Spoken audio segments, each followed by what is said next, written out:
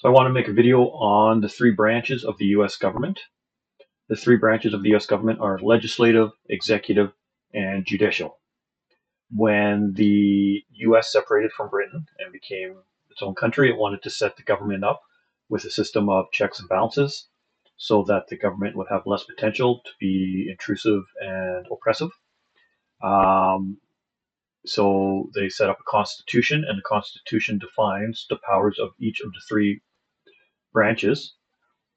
And it also sets up a system where checks and balances where each branch has certain amounts of power, so that power is spread out and not concentrated, and that each branch has to cooperate with other branches to get stuff done. So let's look at these branches. The legislative branch consists of the Senate and the House of Representatives, and both of these houses together makes up the Congress. So the legislative branch is housed on Capitol Hill in the Capitol building. You get the Senate on the left and the House of Representatives on the right. So these two houses pass laws. Once a law is passed, then the president will normally sign that law to make it official, but he does have the power to veto the law. And if the president vetoes a law, then there is another thing the legislative assembly can do to pass it, but they need like 2/3 majority vote.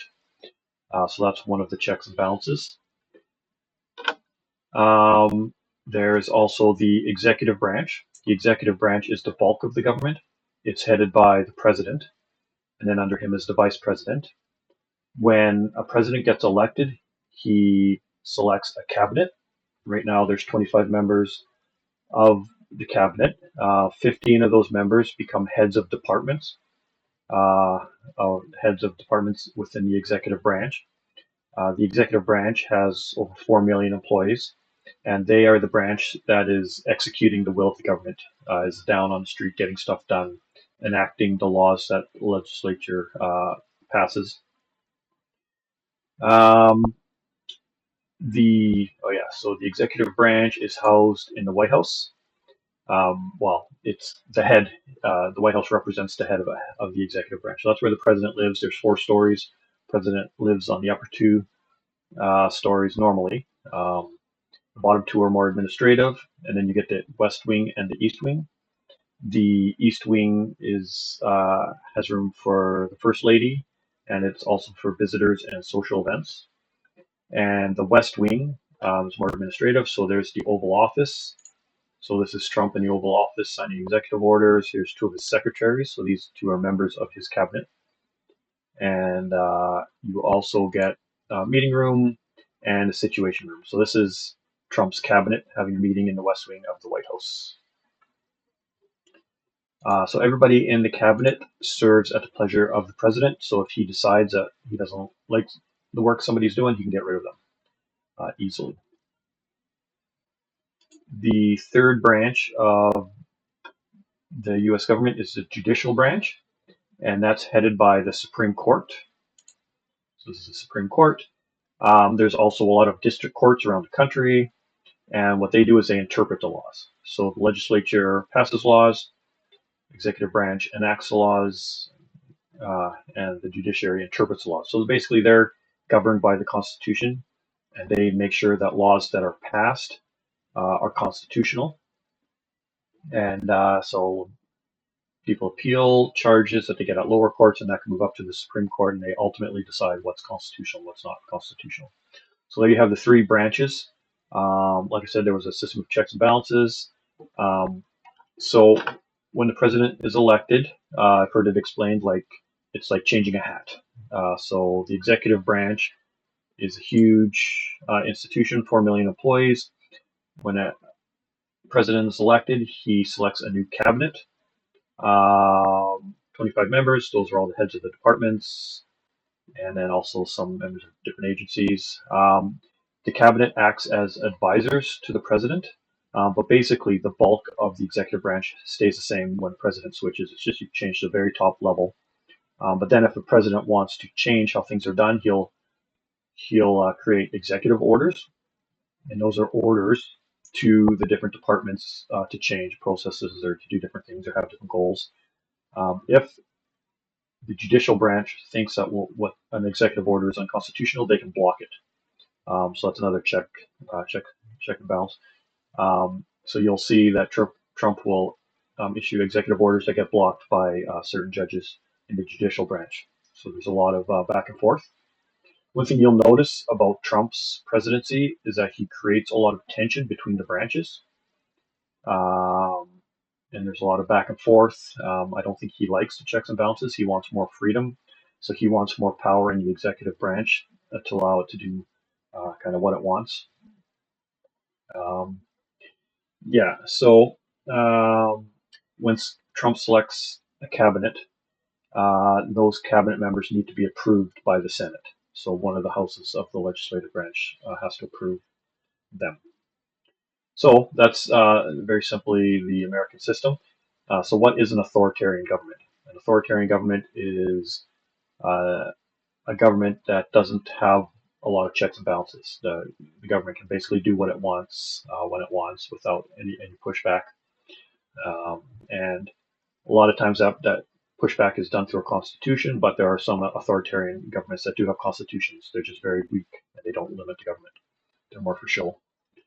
So what is a dictatorship? Well, dictatorship is a little bit different. It's when the power is concentrated in a single individual. So an authoritarian government may not be a dictatorship if the power is spread out through the government institution. So the government doesn't have a lot of checks and balances, but there's not a single individual that's all powerful. So that would be a dictatorship.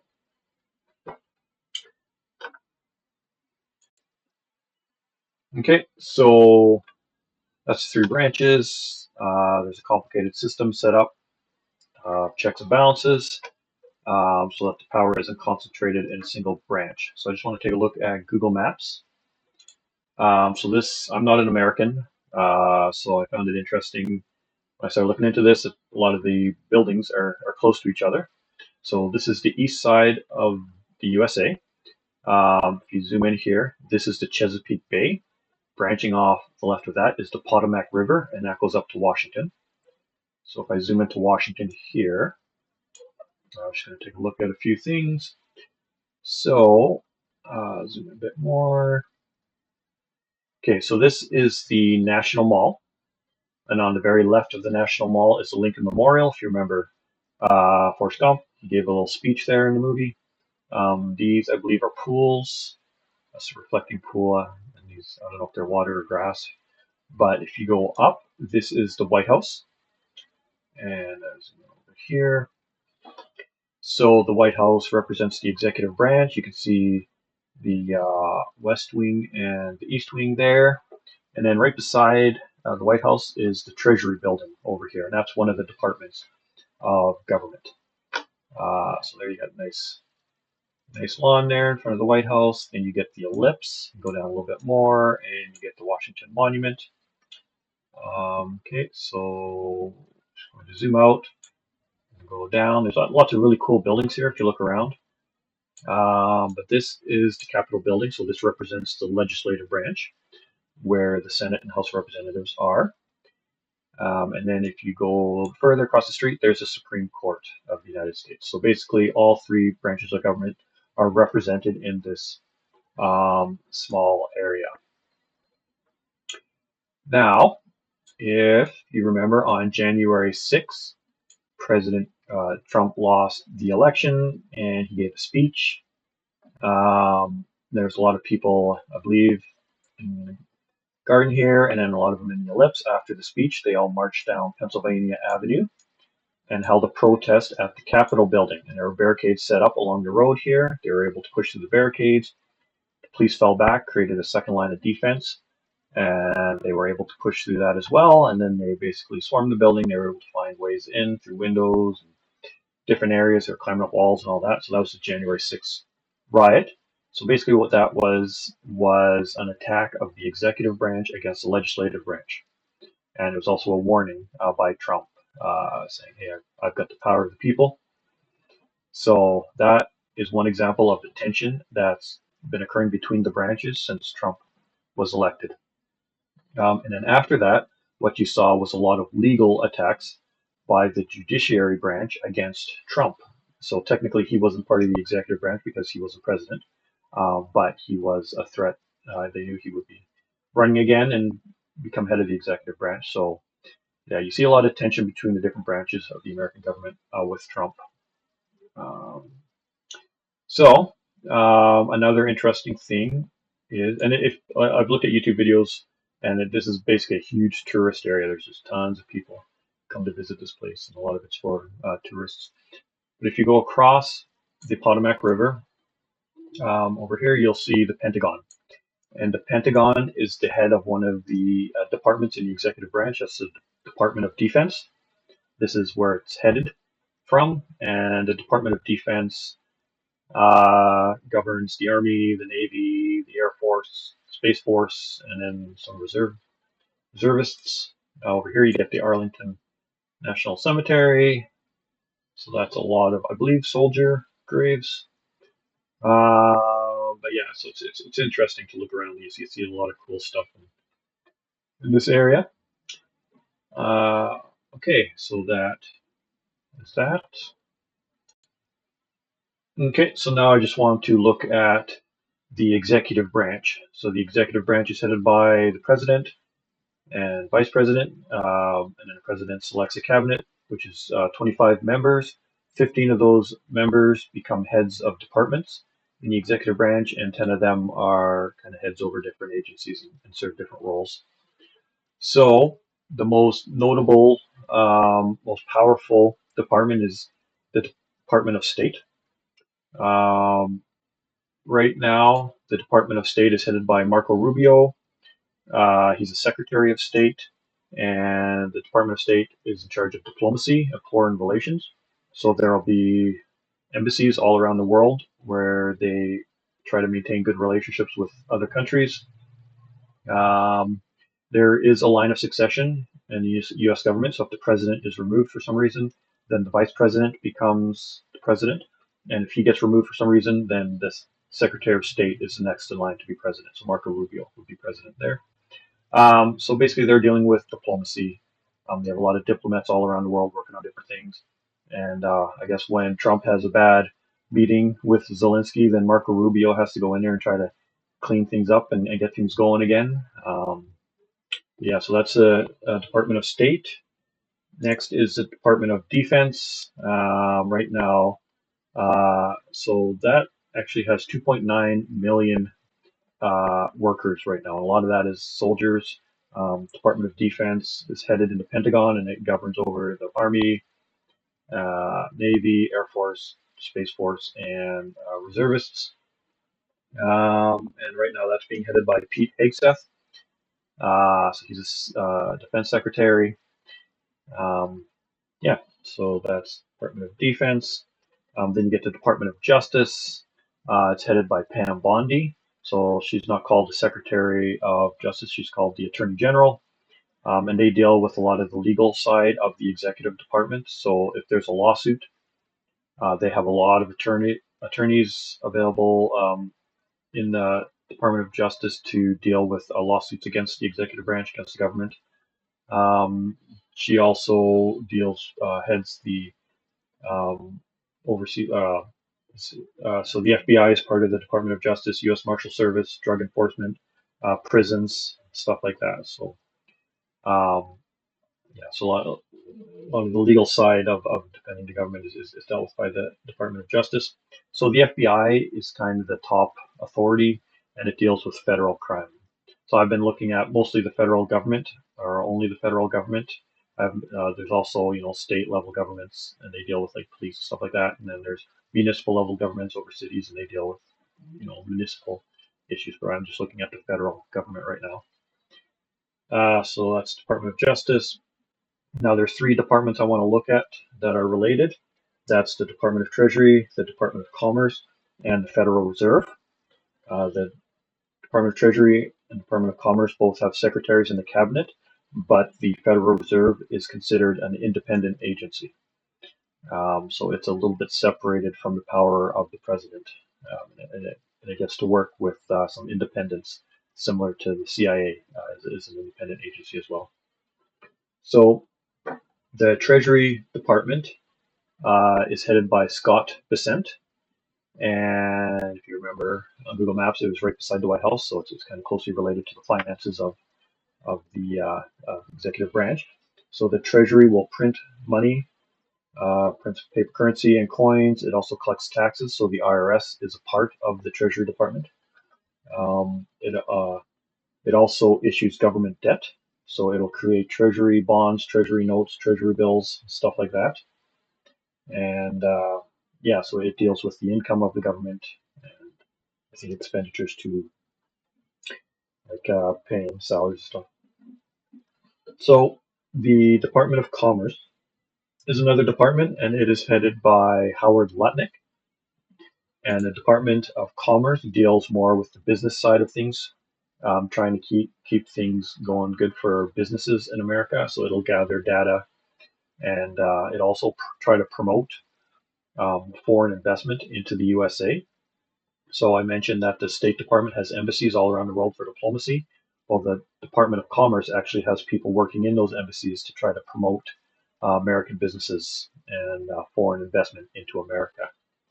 Um, yeah, so that's that. So one thing you'll notice is that Howard Lutnick is having a hard time trying to figure out what Trump's going to do with the tariffs, and he's guessing a lot. He's trying to say that, oh, he's going to do tariffs or he's not, this and that, but he's really just guessing a lot of times he gets it wrong. So he's kind of in a hard place right now trying to figure out what Trump's going to do with the tariffs because he's kind of involved in that side of it, trying to keep businesses functioning well in America. So now the Federal Reserve is another uh, agency, but it works with some independence, and it was set up to work that way. And it was created by Congress, but it doesn't answer to Congress. So it has independence. It sets the interest rates, and it has specific directives to target 2% inflation. But it doesn't need approval by the president or the executive branch, and it doesn't need approval by the legislative branch. So it works with independence, and then that is done on purpose. So it was set up during a financial crisis. I can't remember which one, but yeah, it's meant to kind of work independently and keep things um, running well with the banks. It is a central bank, and it is considered a lender of last resort. So basically, in times of extreme crisis, when it's supposed to keep the system from collapsing completely, and it's supposed to be able to lend money to help keep things from totally disintegrating. Some other independent agencies. One is the CIA. The CIA deals with foreign intelligence and human intelligence, so it'll have spies around the world. I don't believe that it operates within the United States. It's just meant to operate externally, and it'll try to collect information from individuals. So it's kind of what the spies are doing is they'll have contacts and they'll try to get information from people. Another one is the NSA, and it has some independence from the executive branch. But instead of getting human intelligence, it works with signals intelligence. So that's basically data and digital transmission, stuff like that. So it collects data, stuff going on the internet, stuff like that. So not not every not every member of the cabinet is a head of a department. So if you look at Tulsi Gabbard, she's head of national intelligence community. So that's not technically a department because the intelligence community is spread out. It's a bunch of agencies spread out among different um, departments, but she is considered the head of that. So she kind of is the head over the CIA, even though the CIA kind of can do what they want. And then you'll also get like Cash Patel, and he's the FBI director. The FBI is under the Justice Department and Bonnie. So there's a lot of kind of back and forth, um, in determining who kind of rules over who. But yeah, and then another notable one is Robert Kennedy. He's the Secretary of Health, and yeah, so that's kind of a quick overview of a lot of the different agencies and departments of the executive branch. Now, one of the reasons I wanted to make this video is because I've been kind of looking into it. It's kind of interesting to see what's happening with the U.S. government, and I think the better you understand it, the more interesting it'll be, and the more you'll understand the significance of certain events. Trump is pushing pretty hard to get more executive power, He doesn't want to be under the thumb of the legislative branch or the judicial branch. So there's a lot of stuff going on there. Now, if, say, the judicial branch were to, um, say, create a order against Trump and he doesn't listen, well, what happens then? And that's called a constitutional crisis. And that means the Constitution doesn't have an answer to resolve an issue. So there was a constitutional crisis almost when Nixon had the Watergate scandal, and then I think Congress was doing a bunch of things and he wasn't listening. But eventually he stepped down to avoid a constitutional crisis. So a lot of times constitutional crises are avoided by concessions. So Branch will just say, oh, okay, we'll step back, we'll not push this any further. Now with Trump, he seems less likely to step back. So that's when things get really extreme and really serious. Um, and I think ultimately what would happen would be the military, if things got crazy, crazy, ridiculous and falling apart, and military would have the final say. So technically, the president is considered the uh, chief in command, the chief commander, and he's head of the military, so he can tell them what to do. But they also swear an oath to protect the Constitution. So ultimately, that's supposed to be uh, uh, where they what they serve is the Constitution. So that's where they're um, so that's what they would ultimately do is hopefully protect the rule of law in the country and either remove the president if the judicial branch asks them to. But that's the thing is if things are that crazy, which I don't think they would get that far. But if it ever did, then that would be something to watch for sure. Okay, so I just wanted to add a few things. So I've been talking about departments and agencies. Departments like the Department of State or the Department of the Treasury, they're large kind of umbrella units of the executive branch. But under them will exist multiple agencies. So an agency is a smaller unit with a more specialized focus. So like CIA is an agency, and and then, yeah, the NSA is an agency. So, and another agency I forgot to mention was USAID. So USAID deals with international foreign aid. So it's spending money in foreign countries to promote certain things. And it's meant to be an independent agency. So the president isn't supposed to have a lot of direct control over it. So right now there are legal issues where they're trying to sort out if the president is allowed to gut it, because right now he's trying to stop foreign aid from going out. So there's some questions about how much power he actually should have over this independent agency. Um, Another one is Doge. So Doge was created by an executive order by Trump. It's called the Department of Government Efficiency, but technically it isn't a department. Um, like the Department of State is a department. So he took an existing service called United States Digital Service, which is kind of supposed to help the White House with tech support type issues, and he renamed it to United States Doge Service, and then he created an organization, a temporary organization within that service to help limit federal spending. So it's named a department. It's not a department, and it's temporary, so it's supposed to disband in 2026. And that is headed by Elon Musk. Um, Now, Elon Musk, there's a lot of questions about what his role really is. I guess the legal executive order that Trump put out says something different than what he said in his sort of speeches. So, but technically, he's called a special government employee.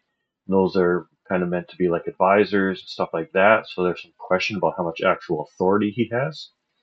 Um, so he's setting the Doge office is setting up kind of these units in the other departments to look for ways to cut spending.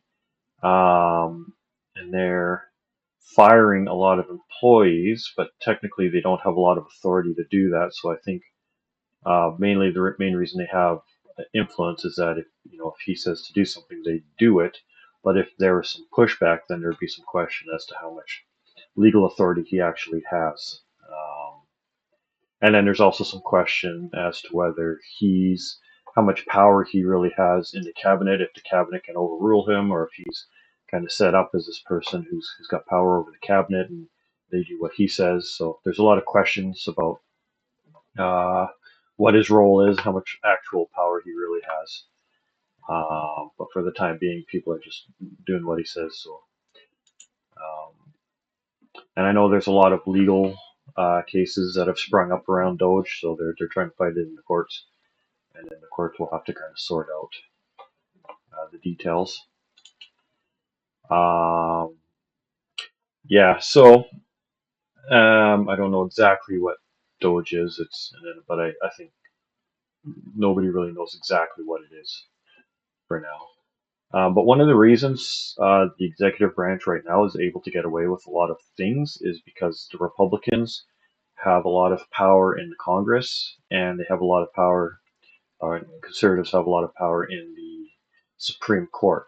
So it's kind of like they've got the upper hand in all three branches of government. So that gives them a lot of leeway to push through things that may not be strictly constitutional or strictly legal. But if they have power over the three branches, then there's going to be less pushback to stop them from doing what they want to do. Okay, so I just want to take a look at a few news articles related to this subject. Not go into too much opinions or details, but just kind of look at the idea that these are kind of the main issues right now, or some of the main issues. So this article says, "Don't count on the U.S. Supreme Court to corral Trump. Trump appears determined to destroy the 2.5-century U.S. experiment in democracy. The U.S. Supreme Court is enabling him to do so. Like most European democracies, the U.S. Constitution, laws, and judicial rulings constrain the executive power. No Kaiser, Tsar, or king. That was a seminal principle guiding the nation's founders. However, Donald Trump appears determined to destroy their 2.5-century experiment in democracy. Worse, the two institutions they designed to corral the president are kneeling before him." So that's the legislative and the judicial branches. Both the partisan Republican Congress and the Republican-dominated Supreme Court have bounced a pine, opening the pathway for an all-powerful presidency that the founding fathers reviled. And it starts talking about the Constitution and the branches, so that's kind of an interesting one. Trump's record number of executive orders are testing the limits of presidential power. So executive orders haven't always been a thing that came up, I don't know, 50 or 100 years ago, and then kind of presidents have been doing it more and more and more over time. And now he's really pushing the limits of how far he can push his executive power. So it's kind of interesting. The courts grapple with King Trump. The White House sees few, if any, limits on President Trump's executive powers in his second term, but the federal court system is much less sure. Trump's mass firings and dismantling of various independent agencies have run into hurdles in the judiciary, where the court seemed unamused with the King Trump idea that some of the president's allies have turned into social media memes. Yeah, so basically a lot of these agencies are meant to be independent agencies, so there's some legal question over how much power the executive branch should have over them, because technically they're supposed to be protected from that. So basically it's up to the court to push back if they see a problem with that. Trump's power to fire executive branch officials will be tested in another lawsuit. So there's just been a ton of lawsuits, and yeah, a lot of people are suing, and then there's going to be a lot of legal stuff going on over the next while to decide what he's doing. I think that's one of the reasons he's moving so fast is he kind of wants to overwhelm the system, so uh, they can't really stop everything. What happens if Trump defies the courts? Do judges have the power to enforce their rulings if the executive branch refuses to comply? So that would basically be a constitutional crisis if Trump just says, no, I'm not going to listen to you. So what power do the courts really have? Um, since Donald Trump was first elected president, scholars of authoritarianism have warned that American democracy is under grave threat. On various occasions, that threat has been defined as a constitutional crisis, which generally refers to a branch of government defying or usurping the constitutional power of another branch. One certainly would have occurred had Mike Pence refused to certify the 2020 election results. In recent weeks, a number of law professors have invoked the term to describe the current moment. So they're saying that we are already or America is already in a constitutional crisis. Um, Trump administration has fired government employees who have civil service protections mandated by the Congress. Tried to end birthright decision despite guarantees by the Constitution, and released an executive order that postpones the enactment of law passed by Congress about the sale of TikTok. So it seems like the executive branch is really kind of taken over, and the legislative branch has lost its teeth, and the judicial branch um, it's not able to push back as far as people would like. So that's interesting. And this is actually one I saw today. Trump's presidency moves into a new phase with a critical test of his power in Congress. So this has to do with the budget. Donald Trump's second presidency will take a novel path this week as he turns to Congress to enshrine part of his effort to transform the country after weeks of wielding vast and unquestionable executive power. House Republicans, so those are in the legislative branch in the Congress, hope to vote on a bill to extend federal funding. So the executive branch spends a lot of money, and the budget for the government is actually controlled by the Congress. So House Republicans, so that would be House of Representatives, all the Republicans in the House of Representatives, hope to vote on a bill to extend federal funding until the end of September. If they succeed, after dropping talks with Democrats on a bipartisan measure, they'll trigger a showdown in the Senate. So after it goes from the House, it'll move to the Senate. That could end in a damaging government shutdown. Democrats will then have to decide whether they'll oppose the measures by mounting a filibuster. If they block it, they will risk taking the blame for shutting down the government, unless they convince the public it's Trump's fault. Yeah, so that's going to be fought out in the legislative branch because the legislature controls government spending. Yeah, so just kind of gives you an idea that the three branches is kind of the main focal point right now of all the drama that's going on. And it's well worth being aware of kind of the details of all the stuff that's going on, because I imagine there's going to be a lot of drama and a lot of things happening over the next 4 years. So it's well worth kind of being aware of how things work currently. Okay, and that's all I have. So thank you very much.